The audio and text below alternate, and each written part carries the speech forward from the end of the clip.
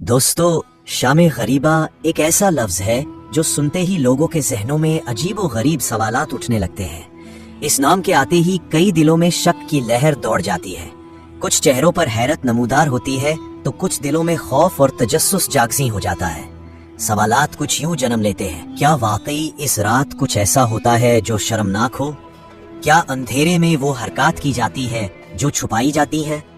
क्या शिया मुसलमान इस रात कोई गैर अखलाकी अमल करते हैं, इसीलिए रोशनी बुझा दी जाती है? ये सवालात सिर्फ सुन्नी मुसलमानों तक महदूद नहीं, बल्कि आम मुसलमानों और गैर मुस्लिमों के जहनों में भी ये शुबहात और तजस्सुस अरसे से मौजूद है। इसकी वजह वो अफवाहें हैं जो नस्ल दर नस्ल मुंतकिल होती चली आ रही हैं, बातें जो तहकीक के बगैर सीना बसीना फैलती गई हैं। कहा जाता है कि जब 10वें मुहर्रम की रात आती है और शिया हजरात इमाम बारगाहों में जमा होते हैं तो मर्द और औरत एक ही छत के नीचे अंधेरे में कुछ ऐसा करते हैं जिसे छुपाया जाता है। इसीलिए बारगाह को बाहर से बंद कर दिया जाता है। बच्चों को बचपन से ही सिखाया जाता है कि शामे गरीबा की रात कुछ गलत होता है। बेहयाई, गैर शरई हरकत या बच्चों का खून निकालना, ऐसी बातें सुनकर कई नस्लों के जहनों में खौफ और तजस्सुस भर दिया गया है। अफसोस की बात यह है कि उनमें से बेशतर लोगों ने कभी खुद जाकर हकीकत को देखा ही नहीं। वो सिर्फ दूसरों की बातों पर यकीन करते आए हैं। ऐसा ही एक किरदार है ऐमन। ऐमन एक सुन्नी घराने से ताल्लुक रखती थी और उसने बचपन से ही शामे गरीबा के बारे में खौफनाक कहानियां सुन रखी थी। कॉलेज में उसकी दोस्त ज़ैनब थी जो एक शिया लड़की थी। जैसे ही मुहर्रम का महीना शुरू हुआ, कॉलेज कैंपस में शामे गरीबा के हवाले से सरगोशियां तेज हो गईं। कोई कहता वो लोग खेमों में अंधेरे में बेहयाई करते हैं, कोई कहता वहाँ बच्चों का खून निकालकर न्याज में शामिल किया जाता है। ऐमन का दिल इन बातों से लरजने लगा। वो ज़ैनब से पूछना तो चाहती थी मगर हिम्मत नहीं हो रही थी। फिर एक दिन क्लास के बाद जब दोनों लाइब्रेरी में अकेली बैठी तो ऐमन ने नजरें झुकाई। आवाज कांप रही थी मगर उसने वो सवाल पूछ ही लिया जो बरसों से उसके जहन में था। ज़ैनब, क्या वाकई शामे गरीबा में तुम लोग खेमों के अंदर कोई गलत काम करते हो? ज़ैनब लम्हा भर के लिए खामोश हो गई। उसे दिल में चभन महसूस हुई, लेकिन उसने खुद पर काबू रखा। वो मुस्कुराई और नरमी से बोली, ऐमन, ऐसा कुछ भी नहीं होता, ये सब अफवाहें हैं। अगर तुम सच जानना चाहती हो तो इस बार मेरे साथ शामे गरीबा चलो, अपनी आंखों से देख लो कि वहाँ क्या होता है। ऐमन हैरान रह गई। दिल चाह रहा था कि वो जाए, मगर बचपन की डरावनी बातों ने उसे जकड़ रखा था। वो रातों को सोचती रही, अगर वाकई कुछ गलत हो रहा हो तो? अगर ज़ैनब ने उसे किसी मुसीबत में डाल दिया हो? मुहर्रम के दिन एक एक करके गुजरते गए। कॉलेज में शाने गरीबा के बारे में बातें बढ़ती रही। ऐमन का तजस्सुस अपने उरूज पर पहुंच चुका था। आखिरकार 10वीं मुहर्रम की शाम आ गई। ऐमन ने कांपते दिल से ज़ैनब को फोन किया और कहा, मैं तैयार हूँ, मैं तुम्हारे साथ शामे गरीबा जाना चाहती हूँ। ज़ैनब की आवाज में सुकून और खुशी नुमाया थी।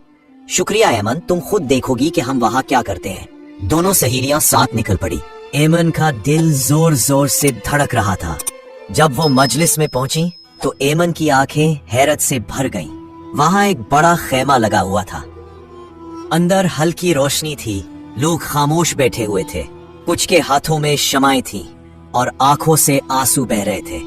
बच्चे भी अपने वालिदैन के साथ बैठे थे, मातम कर रहे थे, दुआएं मांग रहे थे।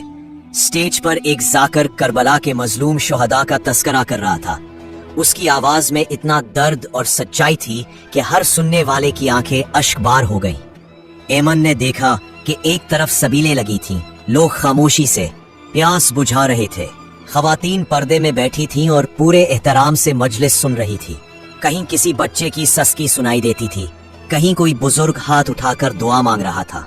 ना कोई शोर व गुल था, ना कोई बेहयाई, ना कोई गलत हरकत, बस मातम, गम और अकीदत का समंदर था। ऐमन की आंखें नम हो गईं। उसने महसूस किया कि बरसों से दिल में जमी हुई गलत फहमियां पिघलने लगी है।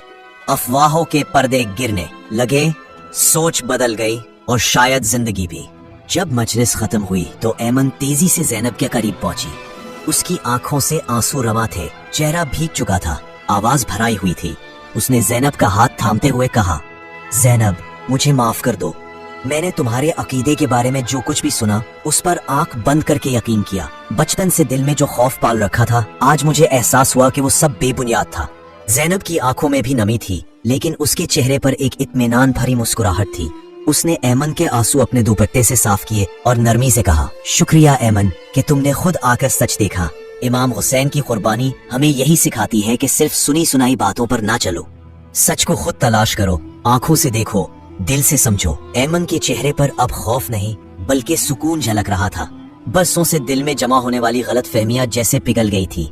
जैन के दरीचों से अंधेरा छूटने लगा था। उस लम्हे ज़ैनब से उसका रिश्ता सिर्फ दोस्ती का नहीं रहा, अब उनके दरमियान मोहब्बत, सच्चाई और एहतराम का एक ऐसा रिश्ता बन चुका था जो वक्त की आजमाइश पर पूरा उतरने वाला था। हम में से अक्सर लोग किसी भी फिरके, मसलक या अकीदे के बारे में सिर्फ सुन्नी सुनाई बातों पर यकीन करते हैं। हम तहकीक नहीं करते, सवाल नहीं उठाते, ना ही किसी से जाकर खुद हकीकत जानने की कोशिश करते हैं। यही गलतियां मुआशरों में नफरत, बदगुमानी और दूरियां पैदा करती हैं। ऐमन की मिसाल हमारे लिए एक सबक है कि जब आप दिल से सच जानने का इरादा करते हैं तो गलत फहमियां खुद ब खुद मिटने लगती हैं। शाम गरीबा कोई पुरस्रार या खौफनाक रात नहीं, ये एक इंतहाई बावकार, पुरदर्द और रूहानी मौका होता है जिसमें इमाम हुसैन और उनके अहले खाना की तकालीफ, सब्र और अजीम कुर्बानी को याद किया जाता है। इस रात की खामोशी में गिरिया की सदाएं होती हैं और मातम की हर सदा में एक पैगाम होता है, जुल्म के आगे झुकना नहीं, सच्चाई का साथ देना है, चाहे उसकी कीमत कुछ भी हो। हमें फर्कों में नहीं, इंसानियत में जीना सीखना होगा।